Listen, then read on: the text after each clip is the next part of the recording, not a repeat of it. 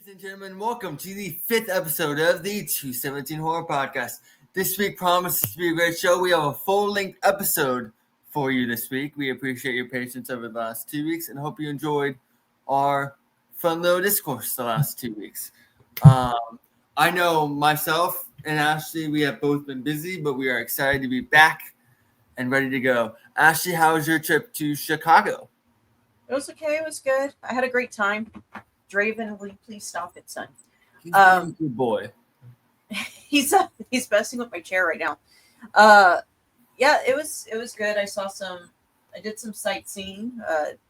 Of course, I went to the show. We got a vlog up, a highlight vlog of the Blitzkid and Invid tour. So you can check that out. A lot of people are already watching it. They're still watching it, so keep watching it. Every little bit helps. Anyways, how was your? And if you watch that on Saturday night, it would be killed, and then you can watch us kill it on Sunday night. Every week here on the 217 Horror Podcast. Be sure to check out the vlog with Nimvid and Blitzkid and Ashley. I'm actually not in the vlog. It's all just clips of the. Okay, well, it's your content. You put it together. Do you think Scorsese creates a documentary and then goes, "Well, I'm not in it"? No, he owns it. Well, okay, so I was going to take my vlogging camera because I got a brand new vlog camera. And, yeah, it didn't fit in my pocket, so I actually filmed the whole thing on my iPhone. And I feel like, no disrespect to your vlogging camera, I feel like if you hadn't mentioned that, a lot of people wouldn't realize the quality difference. Well, I did change it to HD 4K on my phone. And we love that. We support and all. I risked my phone formats. overheating. So I'm glad you had a good weekend. I'm glad you enjoyed the show. And folks, be sure to check out her vlog. I myself was at Universal Halloween Horror Nights a couple weeks ago, and I have a couple thoughts. You didn't record anything. You didn't take pictures. You didn't do anything for the channel. You didn't ask me to do anything for the channel. I didn't. I just thought about it now. I took a picture of me in the Black Phone 2 booth because I wanted to make an Ethan Hawke joke on my Instagram. I've been honestly curious how that's going to go, Black Phone 2. I just saw the trailer. I know I'm a little late, but I did just see the trailer like a little bit before the show. So I'm excited for Black Phone 2. It comes out the same weekend as Blue Moon, which Ethan Hawke's seen an Oscar buzz for. So for an Ethan Hawke stan like me, who has both of those coming out and the Lowdown. Wait, you're an Ethan Hawke stan? Yes, proud one. Okay. Training Day rocks. The Before trilogy, all-time favorite trilogy. First Reformed, phenomenal. Before the Devil Knows You're Dead, Dead Poets. I love everything that man's done. I think he's one of our most underappreciated actors. So, with the trailer, I'm interested. Do you think it's in his head? I'm wondering if it's in his head or if it's the afterlife. Because the way that Ethan Hawke's character, his name's the Grabber in the movie, right? I've only seen it the one time.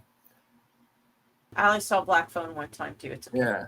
So the way that Ethan Hawke's character is dead, and in the trailer says, you know as well as I do, what's dead is just a word, makes me think that he's imagining his existence again. Which I think would be a very interesting take on the sequel, because most sequels try to retcon deaths and I know nothing about the movie. I know nothing about the plot beyond what's in the trailer. For the record, I have not heard anything. But a lot of movies try to retcon and then run the same shtick back. And I think the idea of following the trauma of the main character of the first one, even though the threat isn't there, they still feel like the threat is there. I think that's kind of an interesting take on a horror sequel. Because it turns it into a psychological horror and a different kind of horror, one that is established in the world, but a lot of those worlds don't really explore. So I'm kind of interested in that.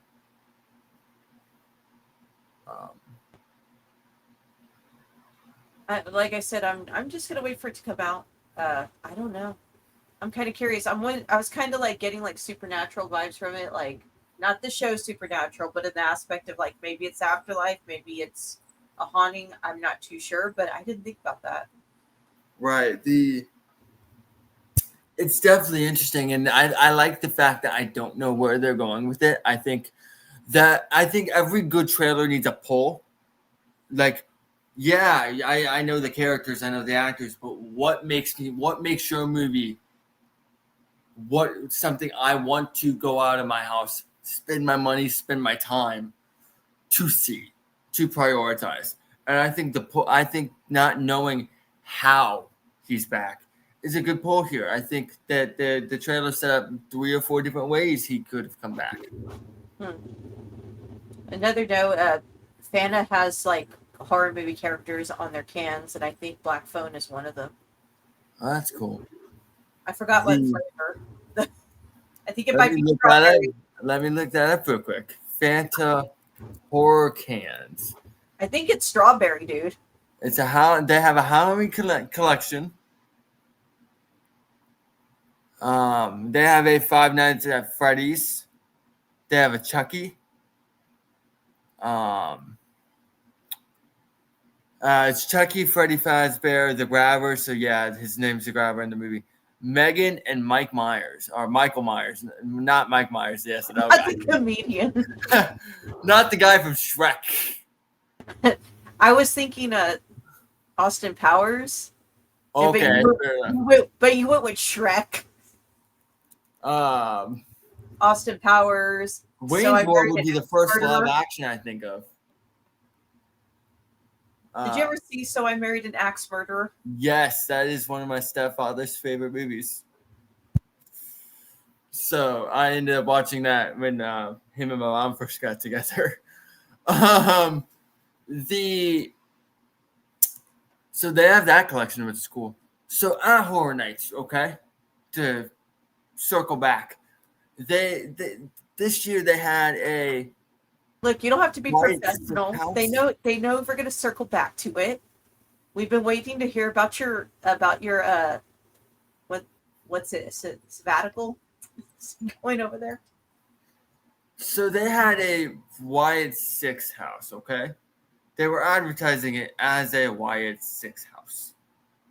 And bear in mind, I'm a huge pro wrestling fan. Anybody who's followed our shows together know I'm a huge pro wrestling. All of our shows that we've done before, moving on with our lives.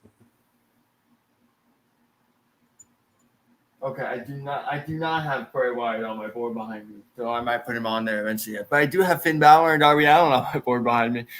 The Finn Balor version. It's the is it Demon Balor? Is it it's New Japan Prince Devitt, but it's the black and flesh colored paint. Oh, so when Bullet Club first started? Yeah. Yes, exactly. Okay, continue. I think that's by far his coolest paint. So please know when I say this, it's coming from a place of love. Nobody knows who the Wyatt Six are. And it was kind of obvious when I was in the house. Pro wrestling's such a niche audience. I think even though there's like millions of viewers like on WWE, it's still a fraction of the world. You know, it's not necessarily. And not to be that guy, but over the last year when the Wyatt Six have been on TV, their ratings have gone into the toilet. The Netflix deal that was supposed to be this massive thing. I really don't want to talk about pro wrestling and ratings. I don't either. But my point was nobody really knows who the Wyatt Six are, but they know who Bray Wyatt is. And that was what was interesting. And that's where I was going with that. So they were advertising it as a Wyatt Six house. Everything merchandise that Horror Nights did was Bray Wyatt. Everything in the house was Bray Wyatt lore. And then when you're walking in, I've never seen this. And this year they had Fallout, which is a big property for Amazon, the Jonathan Nolan show. They had Terrifier, which in and of itself is niche, but it's really caters to the Horror Nights demographic. They had Five Nights at Freddy's, which is a monster IP. So they had some pretty big name IPs. The 3 years I've been doing it, I've never seen them show you what the house is before you walked into the house.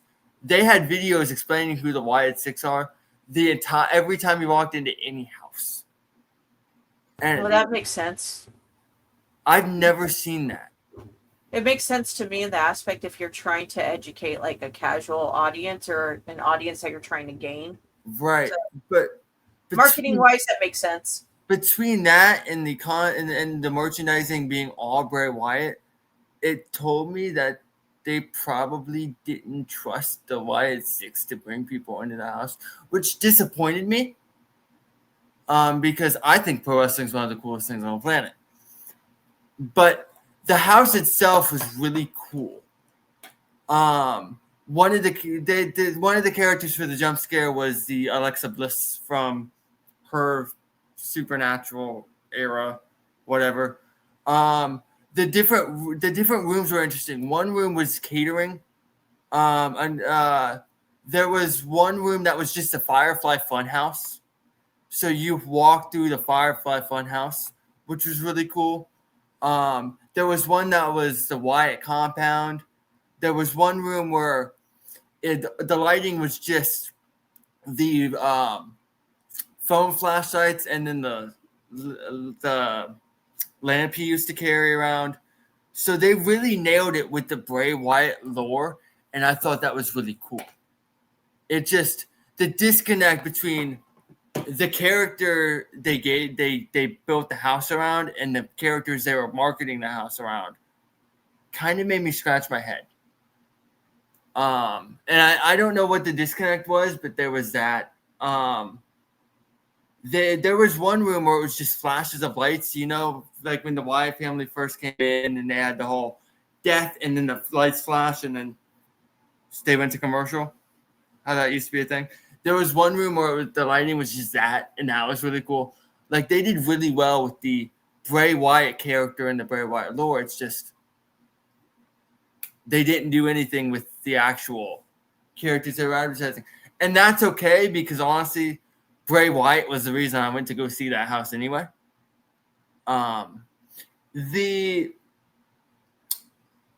Overall, I thought the Terrifier house was really cool. The Freddy house was really cool. I didn't think it was scary this year, and this is the first year I did. There was one point in a non-scare zone where a guy with the chainsaw got me, and I'm glad I had that one scare. But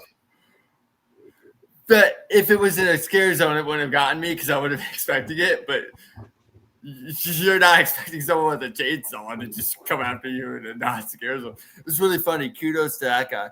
But this was the first year where the houses didn't feel scary, but it did feel like that they put a lot more into exploring the lore of the houses and putting together the houses. So the houses were overall cooler.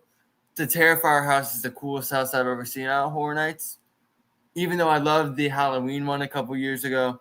So overall, I wouldn't say it was worse this year, just different. You can see where they really put the effort into one part of the experience versus the other. And for me, that's okay because honestly, I don't scare that easy anyway. But I thought that was interesting.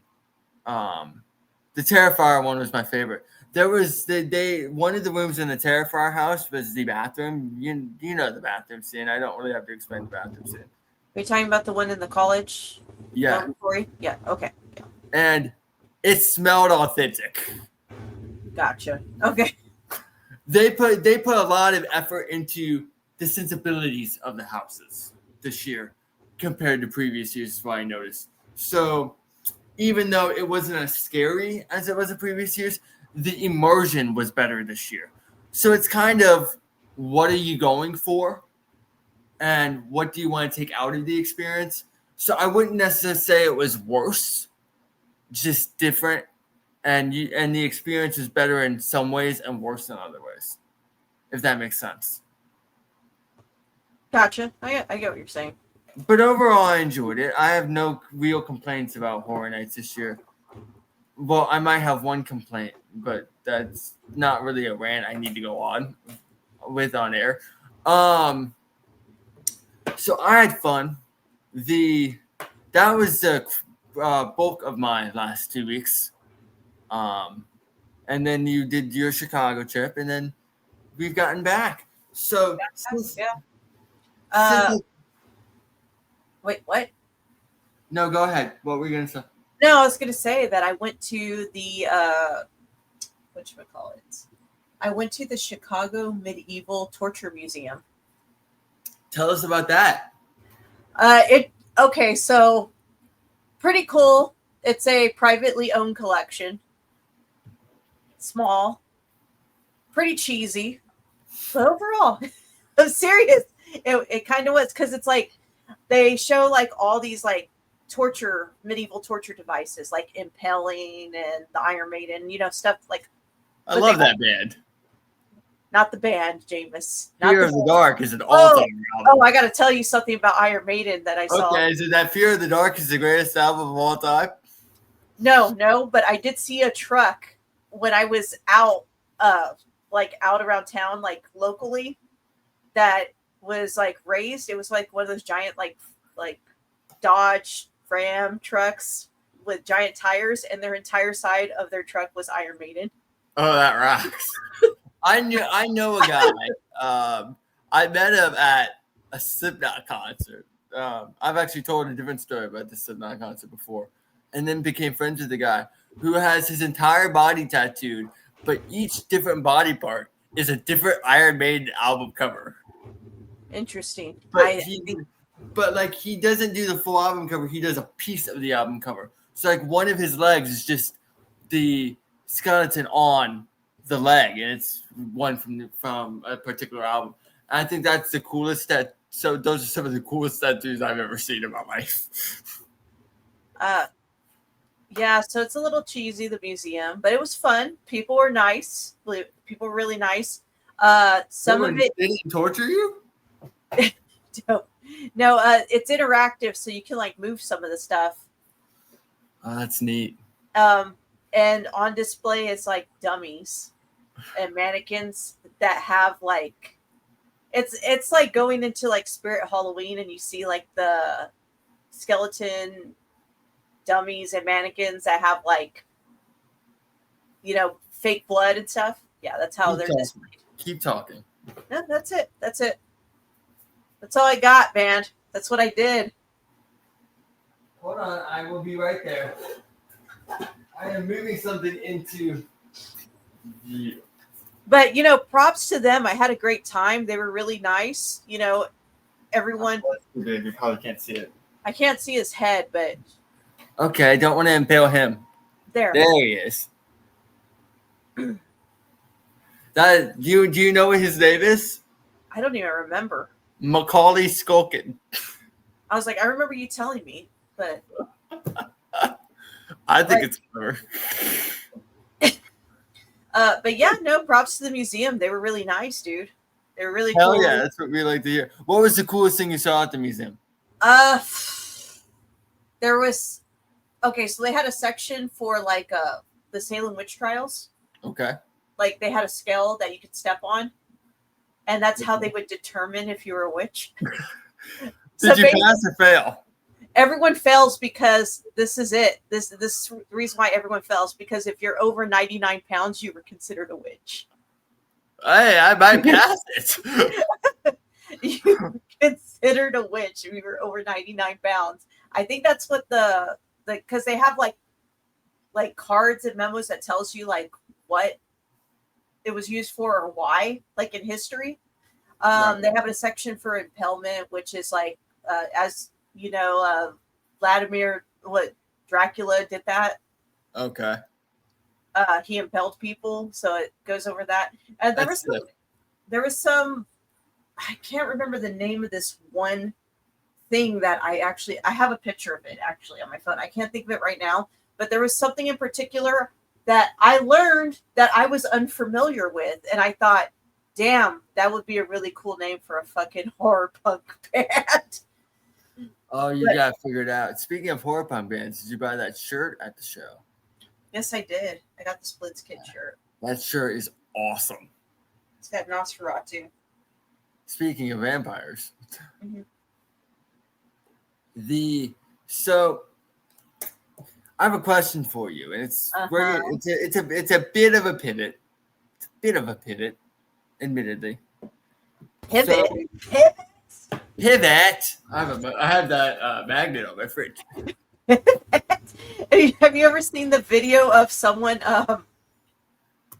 recorded ants moving like I forgot what it was. It was a piece of food and they were all moving it. It was like a giant it would look large. It was like a large Is it a Bug's Life? No. It's like these are real ants and they put that audio from when pivot because they're all trying to move this like I don't know if it was like a piece of candy or a French fry, but it was. If I find it, I'll show it to you. So random question. Uh-huh. I was scrolling Twitter the other day, and someone posted a video of Sting on the Nightmare Room. It was the 4th episode where he's chasing the kid around the school, which reminded me. Oh yeah, that show existed, and I realized you and I have never talked about R.L. Stine. Oh yeah, we were talking about. You mentioned that we never talked. Well, it's because there's not much to talk about, other than I created Goosebumps. Yeah, but it's like Goosebumps. It's like not my forte, you know. It was never mine either. Like I read some of them, like growing up, because I was a reader as a kid. So, you know, R.L. Stine was like the thing when I was a kid to read. Right. It was like the most accessible thing, but it's like he was the most successful thing when I was a kid. Yeah, like you know what I mean. It was just you go to the book fair and the Scholastic Book Fair. You have your $5. Go to the book fair. You get your eraser pack and you get your Goosebumps book. And if you had enough like dollars, you know, you can get yourself a little poster too. Like by with the dogs. by the time I was a kid, I was getting Diary of a Wimpy Kid books. But yeah, no, it wasn't like I like R.L. Stine when I was a kid, but the only particular ones that I really enjoyed was Choose Your Own Adventure R.L. Stine books. Okay. So you would like, you know what? I always ended up, you know, failing. I always ended up like pretty much dying in those. So whatever. But I feel like you weren't supposed to live. You don't think so? Like, there has to be at least one happy ending. The lore is that you have to beat this game, but you don't know what the rules of the game are. How are you going to beat the game? The one I particularly remember, I think it had to do with like a carnival. Okay. I think I have to look it up. I mean, clouds are terrifying. I remember reading both of the Haunted Mask 1 and the Haunted Mask 2. I do remember those clearly. So I got reminded of that because I was never an R.L. Stine reader. But I do remember being a kid in the early 2000s watching The Nightmare Room on WB Saturday mornings. And I'm just like, oh yeah, that show existed. I think people need to realize that you and I are from two different generations. That's true. You're younger and I'm older, so people are going to be like, before they get lost. So, when I was a kid, I was a child in the 90s. I wasn't born in the 90s. So there we go. Like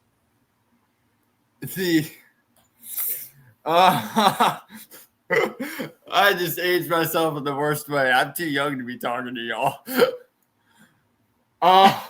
You're an adult. You're an adult. So they say. I don't feel like one. You never will. Trust me. When I was a kid, I thought all the adults had everything figured out. And you know what my biggest realization was as an adult? We don't. Being an adult is pretending you're an adult. Yeah. Pretty much. So, what's interesting is that show only got one season, but they had some pretty big guest stars. Like Tippi Hedren, the lady from the Birds, was in an episode. The first episode has Amanda Bynes in it. Oh boy. Which Amanda we don't Bynes. need to. I'm a fan, but we don't need to talk about her. There's a whole lot of. There's a whole lot of things that Amanda Bynes has been through. Yeah, which is unfortunate. It's unfortunate. I did enjoy some of her films. You know what my favorite Amanda Bynes film was growing up? Wait, hold on. I feel like you can guess this. Is it both of ours? Do we both like the same Amanda Bynes film? Which one are you thinking of? She's the Man. No, but that's a good guess. If I said Hungry Like the Wolf, Duran Duran. I wouldn't know. You know what? The first thing that comes to mind when I hear Hungry Like the Wolf, every time I hear it, is Paul Giamatti diving into a pool and turning blue. Oh, freaking what the hell's the name Big of that Fat movie? Liar. I wouldn't right. Big Fat Liar. like. I wouldn't have guessed that one. I never even equated that film. Yeah, that's Frankie Muniz is her co-star. Wasn't she also in Hairspray? The remake. She might have been. I don't remember anything about that. I think she was in the remake of Hairspray. The other movie I think of when I think of Amanda Bynes, if I'm Sydney thinking White? of the right movie. What? Sydney White. Easy A. Easy A. Easy A. Consider that a what's her face? Film. That's an Emma Stone movie more than a Yeah, I consider it an Emma Stone movie. Who, by the way, is my favorite actress in the world. One day we're going to talk about Frankenstein on this show, and I'm going to explain to you in detail why Poor Things, speaking of Emma Stone, is the best Frankenstein adaptation. I forgot what we were talking about. So we were talking about the Nightmare movie. It started talking. I started rewatching it, and it was not good. Stone. It was not good. But it's a nice little nostalgia trip. You know, I feel like this generation is missing something like that. Like Goosebumps? No, I was thinking more than Nightmare Room. Something that's, even if it's not a great show. Interesting enough, isn't there a new R.L. Stine coming out on Tubi? I have no idea. Yeah, I think there's a new R.L. Stine show. I'm going to verify that real quick. I don't know if it's a show or a movie coming out on Tubi. The R.L. Stine's Pumpkinhead coming out in 2025. Looks like a movie. Either way. Good for him. Good for R.L. Stine. Just keep going. But I feel like it was never the best show, admittedly. But it didn't need to be for a Saturday morning show geared toward families. And I think that accessible horror geared toward kids is something that can be a really positive thing because it helps them explore different emotions that they struggle to explore. And I feel like we don't really have that in this environment. Yeah, I was going to say we don't really have that because even if you go back to 80s and 90s, we still had shows that kind of tailored towards that I remember. Right. If R.L. Stine was in your thing, there was Are You Afraid of the Dark was one of them. Right, and then more recently we had The Haunting Hour. Yeah, which was okay. I never watched it. I saw some of it. It was okay, But I was looking at Margot Kidder's filmography the other day. Don't ask why. I saw she was in an episode of that. So I would seek out that episode, and that episode will be the deciding factor on if I ever sit and watch The Haunting Hour. I feel like there's a big hole in the market there. And I feel like that's disappointing because a lot of younger audiences, I feel like in general that's getting lost in an era of streaming. When you and I, we grew up in different eras, but in the 90s, early 2000s, there was. Interesting enough. Okay, I got to mention this because a lot of people get confused on my age and aspects. And I'm going to say this because you're an 80s kid, right? I was born in 87. So, yeah, that sounds about where I would have guessed. Okay, so my sister is actually 10 or 11 years older than me. Oh, she's a 70s baby. Yeah. So, like, yeah, something like that. She I think came we're the like, same year. She's 11 years older than you. She came at the same time as The Omen. yeah, like roughly around that time. So, my experience in watching certain things is different in the aspect of a lot of my peers because I was always with my sister who grew up like during the grunge era and then the goth rock era and Right. stuff like that. So my influences actually have kind of come from that aspect because she's older, you know? Right. So I never really related to people my age. I still don't, to be honest with you. So what I grew up watching, it's like, you know, Tales from the things that I probably shouldn't have been watching at a young age, Tales like from the Tales Crypt from the Crypt. rocks. But you know what I mean, like Right. as you know, things like that in that aspect. You grew up more on Rod Serling than you did anything from your generation. Exactly. So I can't necessarily relate, or it's still to this day, and it's weird for me to have a conversation with people that are considered my peers because Right. I can't necessarily relate to them in that aspect. It's weird, even when it comes to like musical taste too. But even something, and that makes sense. But like when for people of your age and my age, we had things tailored toward youth. We had originally it was the WB and UPN. It became the CW, but Yeah. those shows were successful because they fed a market. They made stuff specifically for older children in a streaming market that's not really being covered. It's either you're a young child and you're watching Bluey, or you're an adult and you're watching adult stuff. I feel like How dare you adults watch Bluey too? yeah, my sister's one. I hear wonderful. I know there's a market. I Bluey. couldn't think of a modern kid. You leave Bluey out of this. There are people that love Bluey. Hey, I will say, out of the few episodes I have watched, it's not the worst thing in the world. There are people that love Bluey and Peppa Pig. Is it Peppa Pig? Okay, I will never understand people who love Peppa Pig. I'll say that. When I have kids, it's a no Peppa Pig household. No, Peppa will probably be outdated by then. When I was growing up, my dad banned Caillou from the house because Caillou annoyed him. I understand because Caillou is annoying, but that's gonna be me with Peppa Pig. But yeah, no. So I can't necessarily like relate to people's like it. To this day, I still struggle with relating to people in my age demographic. It's weird. Right, but at the same time, I'm assuming you still watch some of those. I did. Shows. I did, but I didn't. I would lose interest in them rapidly.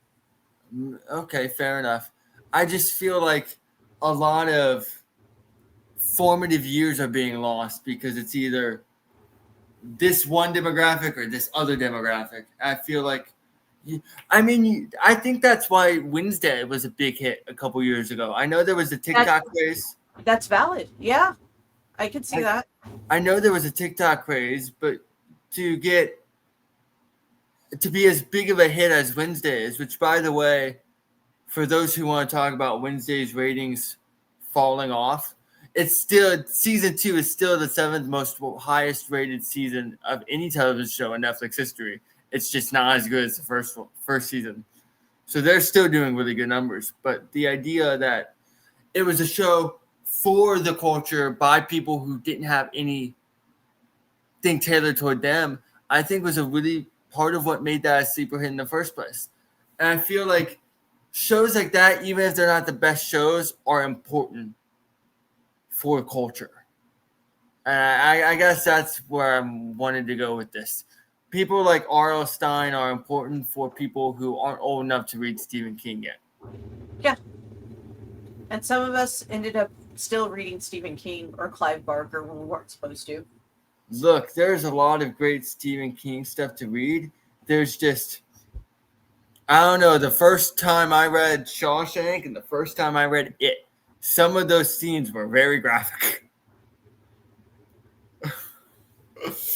The first Like, the first graphic horror book I ever read, and at a young age, uh, that I recall, was Clive Barker. okay, Was I've Clive never read Barker, that. which was Clive, which to call? I forgot which one it was. What the I've never read anything from him, so It wasn't in Magica. Magica was not the first one that I read. Oh, but I specifically recall was it Hellraiser or Candyman? I did read Hellraiser. I remember that's more of like a novella. Like it's really thin. It's like a really thin book. Pretty good though. Pretty good book. I've heard great things about both of those books, but I've never read a Clive Barker book. Not because I don't want to. It's just I've never really seen one and grabbed one and gone, oh, that looks interesting, and picked one up off the shelf. You know what I mean? It depends what book you get. It's very hit or miss. I feel like that's most authors. Yeah, it's very hit or miss, but the first graphic horror novel I ever read was by Clive Barker, and I remember it. I was already advanced. I was an advanced reader already. There's not much for me in the aspect of a school library after a certain period.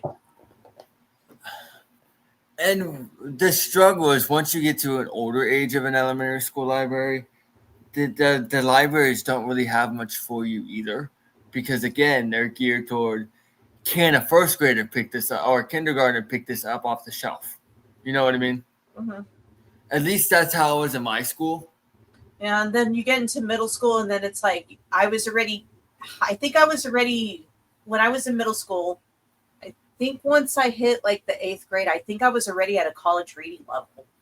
So there's nothing for me there, I don't remember what reading level I was at, but I remember the books I was reading at when I went into middle school. I was reading Bret Hart's memoir, which is a gargantuan book.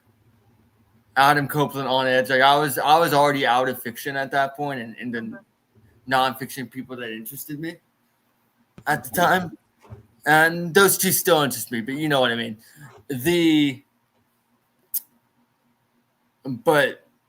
And then I got back into fiction a little later on in life. Mm-hmm. So other things I did while out was I've been watching a horror movie every day for the last little bit.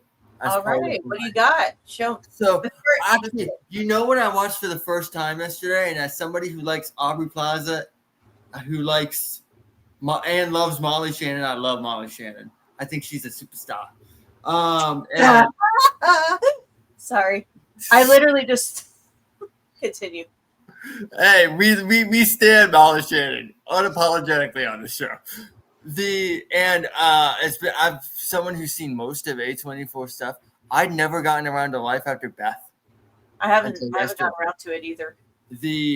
I thought it was a little thin, the screenplay, but Aubrey Plaza is treating it. I rewatched Nightmare on Elm, the original. I saw that in theaters actually. Oh, lovely. I rewatched which by the way, that's gonna bring me to something in a second. I rewatched House of Wax, the remake. One, the original or the remake? The 2005 one, the most 2005 movie in existence. The one with Paris Hilton? Yes, and Jared Padalecki and the Chad Michael Murray. Yeah, I couldn't think of the other guy. Continue. The Alicia Cuthbert's in it too. She was everywhere in 2005. I ended up watching Phantoms for the first time with Ben Affleck and Rose McGowan. I'm sorry, I'm just thinking of freaking Jay and Silent Bob. Oh, that's the same era of Ben Affleck. Phantoms. I watched. Phantoms is pretty good. I'm so what? Phantoms is pretty good. It's been a while since I've seen it, but it's pretty good. I didn't much care for it. I thought Peter O'Toole was great in it. Although I kind of thought his old school thespian style, I'm Peter O'Toole, Lords of Arabia style acting, was a little out of place, which only made me like it more. Okay.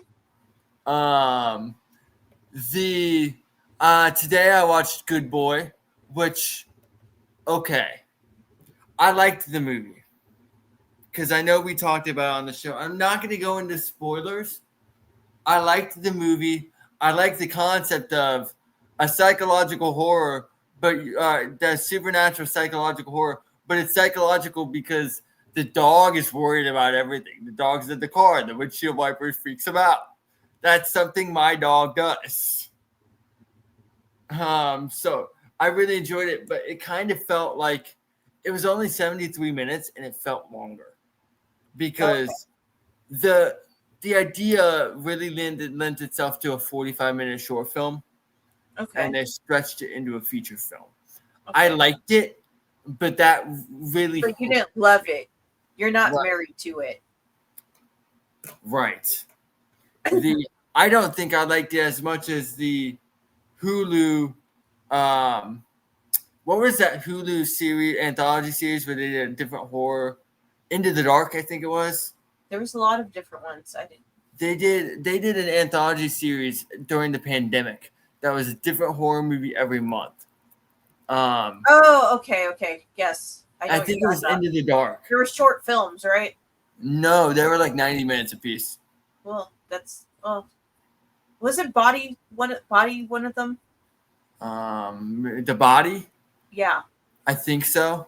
Where it's like a serial killer killed someone and it's on Halloween and he's just dragging this whole thing Yes, around. that was the first one. So there was one of the installments was a movie called Good Boy with Judy Greer. Okay. And basically she gets a service animal but doesn't realize anytime she gets stressed, the animal goes and murders the person who stressed her out.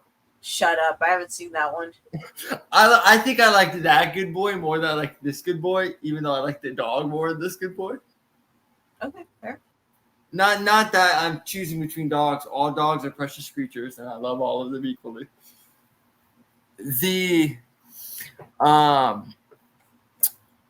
So I want to ask you, what are your thoughts on the movie May? May, the one with the chick that's like Angela Bettis. The one Girl Interrupted, Carrie, that lady. Let me finish. Oh. I'm not talking about the actress. I'm saying, was the movie about some chick that's like building like a boyfriend or some shit or parts or? No. Okay. Different movie. Continue. I know I've seen. So this movie has Anna Faris in it. And Anna Faris is supposed to get laid in this movie. It's actually really funny. Basically, Angela Bettis plays a vet assistant who gets this crush but can't take no for an answer and is perpetually single. And she's just very overbearing. And then she freaks out. I wanted to like it more than I did. And I wanted to know if you've seen it so I can try and figure out what the disconnect was. I wouldn't even be able to tell you. No, oh God. I think I've seen the movie poster, but it was never anything I've been like, yeah, I'm going to go watch that. Well, I wasn't setting out to watch it, but I opened Criterion and went, I like Anna Faris. I've been meaning to watch this. And they added it as part of their October collection. Obviously, because it's spooky season. Okay, so one of the other things I watched was two things I want to get to. One, I rewatched Nightmare on Elm Street, right? And I think one of our most underappreciated scream queens is Lynn Shay, the lady from Insidious. Okay, yeah. Do you know what I didn't realize until watching it in theaters when his name popped up on the credits? What? I knew Robert Shea was like the head guy at New Line Cinema in the 80s. It never dawned on me that Lynn Shay, who was in all the New Line movies, was his sister. I knew who both of them were. I knew both of them were part of New Line, and it finally dawned on me. It makes sense why she was in almost every film. I just want to say I am not very bright. You have your moments. It's okay.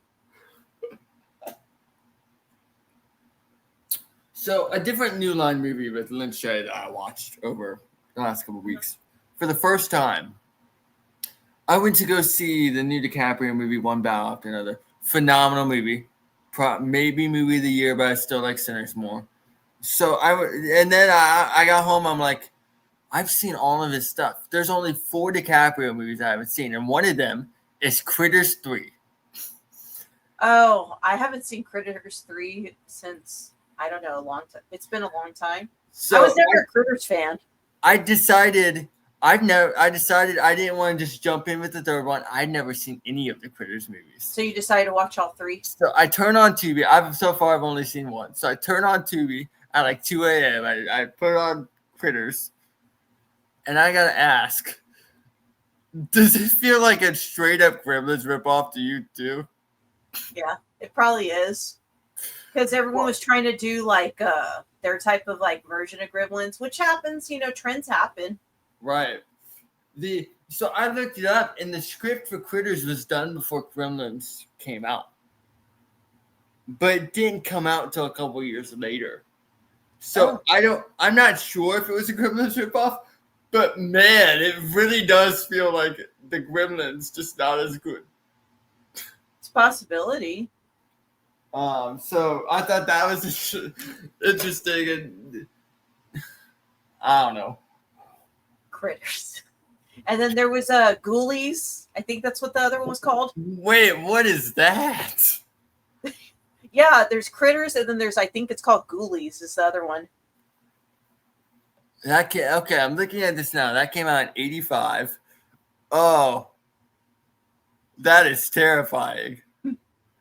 The primary letterbox backdrop is the ghoulie coming out of a toilet. Yeah. And this is a terrifying sight. This is also on TV. I am going to have to watch it. Tubi's got almost everything, dude. So, 2 things stand out looking at this cast, okay? I am currently wearing a Jack Nance t-shirt. He is in the cast. He is on my t-shirt because I am wearing a Eraserhead t-shirt. Which one day we're going to talk about that movie. I have a lot of thoughts on that movie. I got to rewatch Eraserhead. I haven't seen it in like a few years. But in the supporting cast, right, is Mariska Hargitay, the Olivia Benson from SVU. And I was not expecting that name. I love how all of these random actors got their starts on like low budget horror sequels. It's always fun. You know who else got their start? George Clooney. On which one again? Return of the Killer Tomatoes. Okay, not even Attack of the Killer Tomatoes. He was in the sequel, Return. Return of the Killer Tomatoes. And he was only in it for I think 10 minutes, but they advertised him as like he was there. Did the Killer Tomatoes send him to the ER? But no. But I get what you're saying. No, you did not want to put that over. No. But I get what you're Matt McConaughey got his start in the Chainsaw Next Generation. I remember that. Oh yeah, that was bad. That's a bad Texas Chainsaw movie. Oh my god, hold on. Renee Zellweger's in that too, isn't she? Yes, because they're all from Texas. So that's the only thing. I'm serious. They're all from Texas. She does not sound like someone from Texas, by the way. Do I sound like someone from Texas? Kind of. It just depends what I say, my dialogue. It depends on the inflection you put on your words. More than anything else. Well, that too. But anyways, so I so I had this friend in high school. Like, clearly this was high school. We're not friends anymore, but that's a whole different story for another day. So we would go to Half Price Books because, you could buy DVDs really cheap. Oh, yeah. And you still can buy DVDs and Blu-rays really fucking cheap at Half Price Books. And support all of your local thrift shops. We encourage that here at 217 Horror. Interesting enough, I did find a Nimvid record there. Hell yeah. See, you can find all sorts of things at your local thrift shop. And I was like, well, interesting enough, it had to be the same collection because I was at Half Price Books and I always shop vinyl, and I always go through like the B's all the way to like, I go through all of them. Okay. Because I was looking for a particular David Bowie record and I don't want to pay full price for it, whatever. Anyways, so Which record? I'm looking for Black Star. Respect. Because I almost have all of them on vinyl.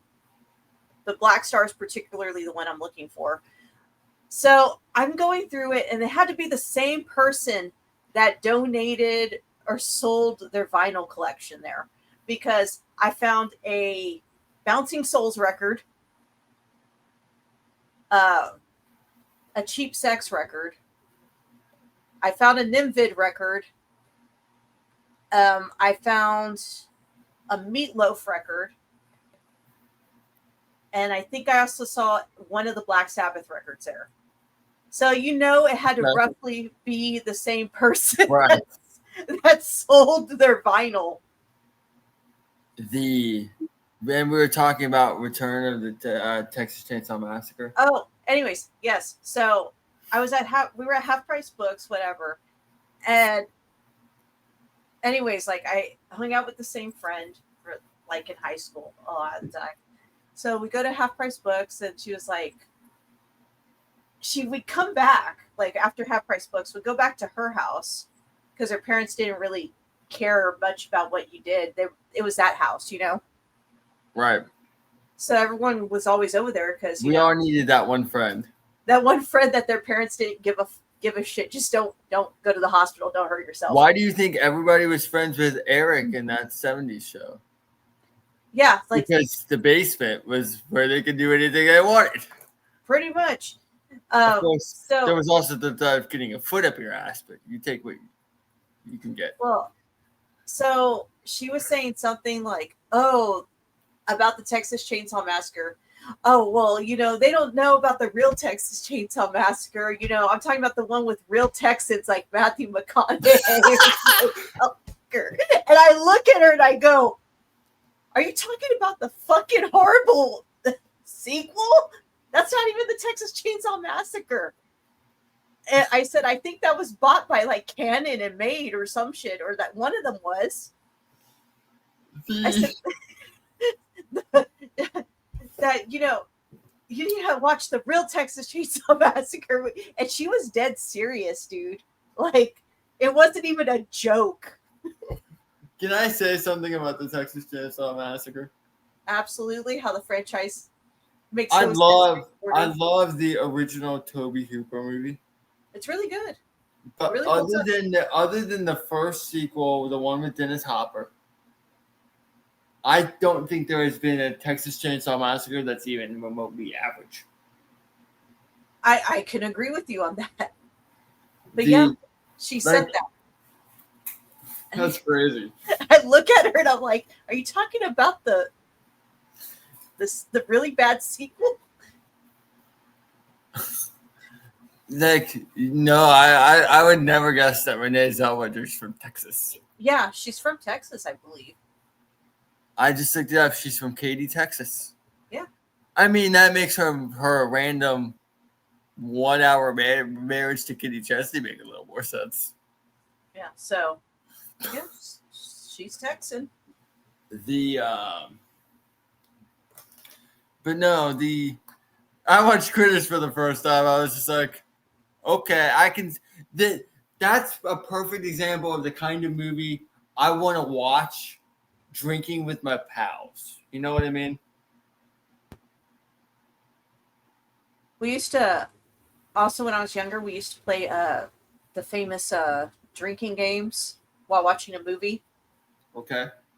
Have you ever played a drinking game with a movie? No, because I don't have friends that drink or watch movies like that. Well, okay, so it's if you got nothing to do, like particularly in my hometown, if there wasn't like a show to go to or like anyone having a party, you know, there's not much for you to do. So You get together with your friends, you go to someone's house, whatever. And you would print up like a lot of these sites used to have like drinking games. So you would take a shot every time something happened in a movie. I know what a drinking game is. I have done those. I just not with movies. Yeah, I specifically remember we did one with I Know What You Did Last Summer, the first movie. Okay.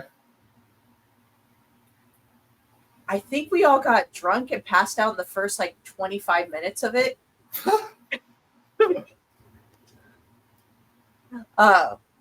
What did you have to take a shot every when every something time?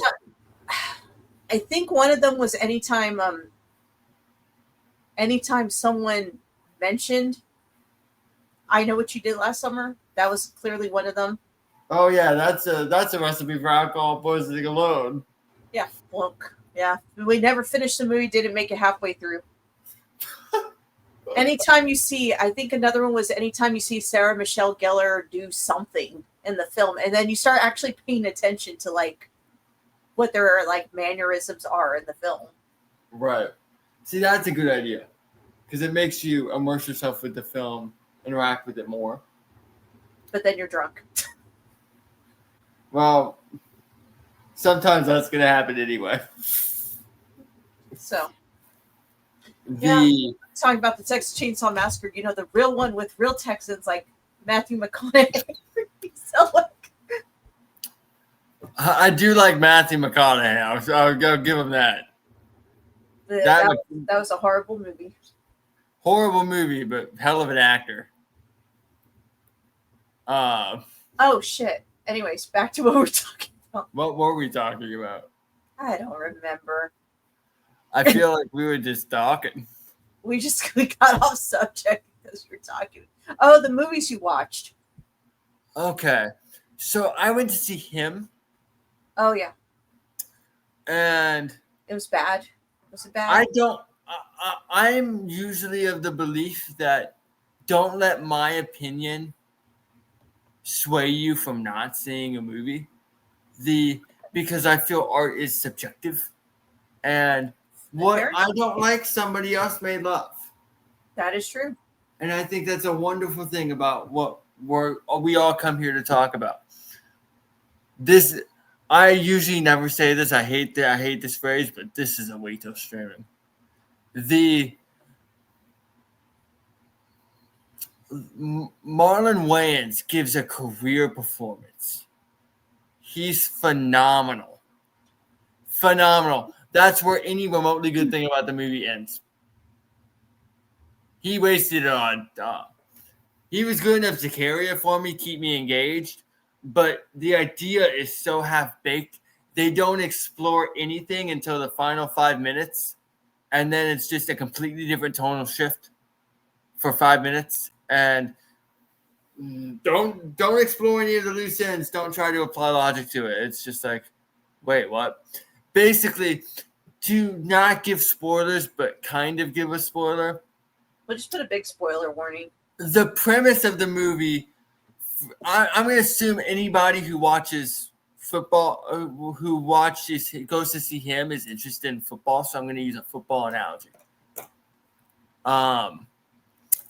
The Packers, right, to have all these great quarterbacks. Aaron Rodgers, Brett Favre.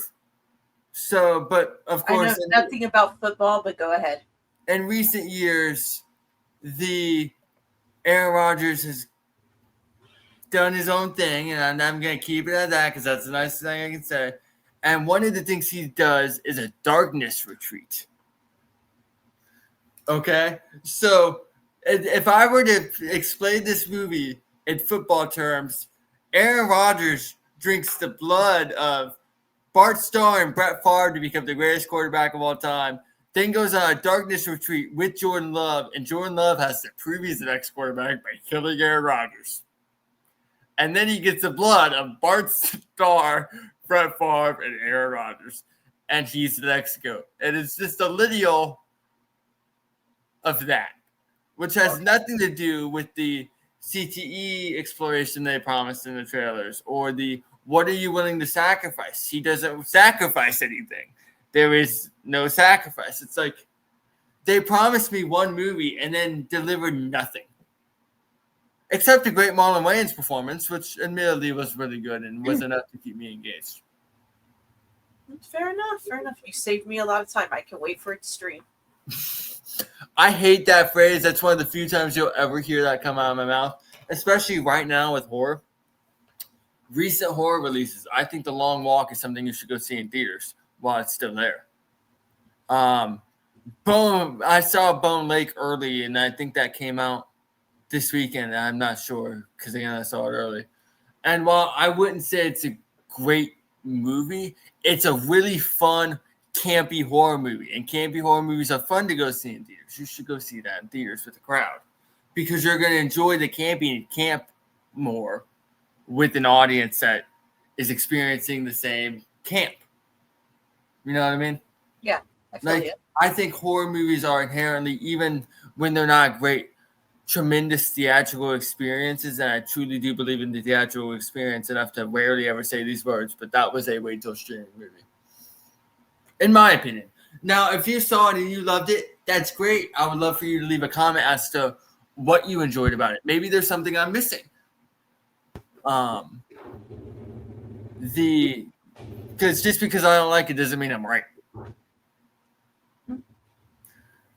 But other than that, we're an hour into the show. Do we have any final thoughts? Do we want to?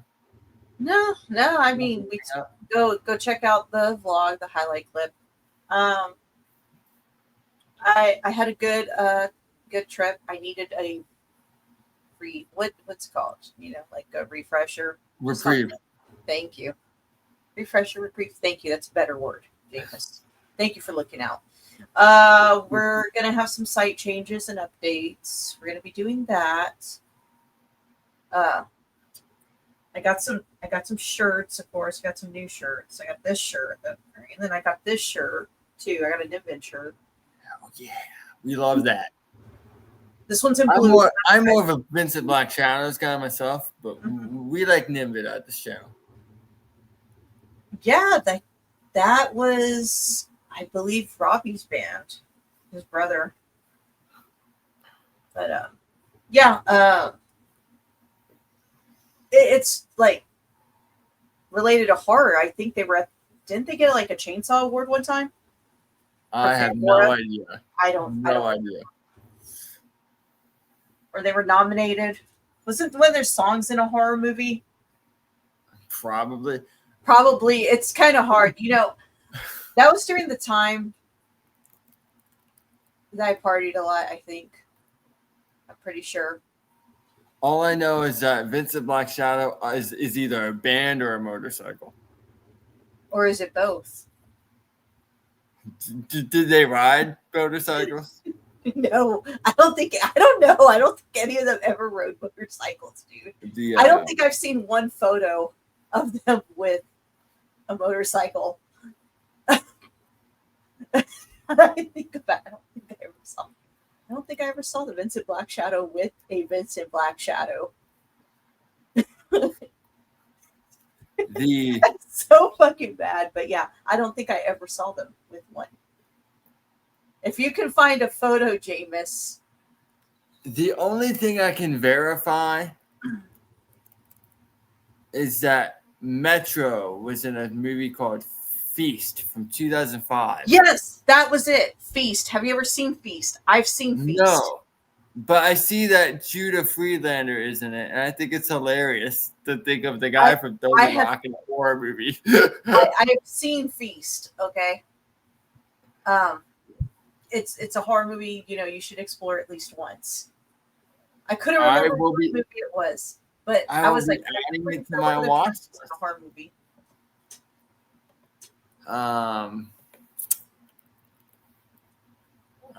Yeah, I've been watching a lot of random 2000s horror lately. I watched the Hills Run Red for the first time not too long ago. The Feast is on Tubi, so I shall be watching it. Tubi. I shall be watching it in the next little bit. That's our dream, to be on Tubi, our channel. That's our dream. We want to be on Tubi. Eric Dade is in this movie. He's had a weird career, man. Yeah, like, dude, no, seriously. I remember seeing that movie when it came out. I couldn't remember what movie their track was in, but I knew it was in a horror movie. The girl from Reaper is in this movie. It's very interesting. Hold on, is that the guy from Black Flag? Henry Rollins? Yes, that guy. Yes, it's Henry Rollins, dude. This cast is insane. Jason Mewes, the guy from all the Jay and Silent Bob. Jay. This is a weird cast. The guy from 30 Rock is weird because that it looks like a movie that Jane Krakowski's character would star in. So, I don't have any final thoughts. I have a final thought. I think everybody should like, subscribe, listen to our YouTube channel, Death Arts 13, and of course, listen to all of our backlog episodes. This is our 5th episode, so there should be 4 episodes. I don't know. I lost count. I think this is our 5th. I think this is our 5th too. I And don't know what this one's called yet, but I think that everybody should go open Twitter, follow A-Rose CPE. I believe that's her. no, it's A Rose Distortion. A-Rose Distortion. It used to be CPE, right? I'm not making that up. It used to be that when it matched my email, and then Okay. They should. I changed it because the site changed when we were working at TWM. Whatever it's called now. Yeah, when we worked at TWM, and then it became TWM Plus because I expanded it, and then it became Distortion. Distortion, and Then TW again, and I don't even know where we're at now. yeah. So But you can find my articles there. But and then I changed it to A Rose Distortion. Plus, I think it sounds better. A Rose Distortion. I think people should go open their Twitter. They should follow A-Rose Distortion.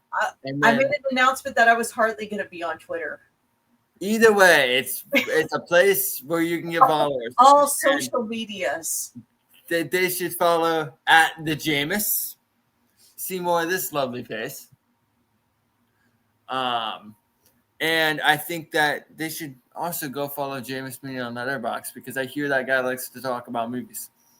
And he watches a lot of them. Catch us on Slasher. We're having a great time over there. Catch us on Slasher. I just joined Slasher. I haven't opened it since Horror Night, so I should probably start doing that. Yeah, there's a lot of cool people on there. It's interesting.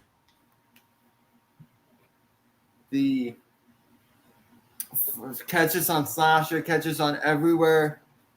We're on all the socials. We're very social people. We try to be. Well, that's true. I'm not that social. We try. Either way, like, subscribe. Be sure to come back next week. We love having you. We love spending time with you. And we love haunting you. We're here for you when no one else is. Especially in the middle of the night when those dark thoughts creep in. Hey, you can have those thoughts at any time, dude. Oh, trust me, I know. Anyways, I don't want to explore what's going on up here. we're out of here. Bye.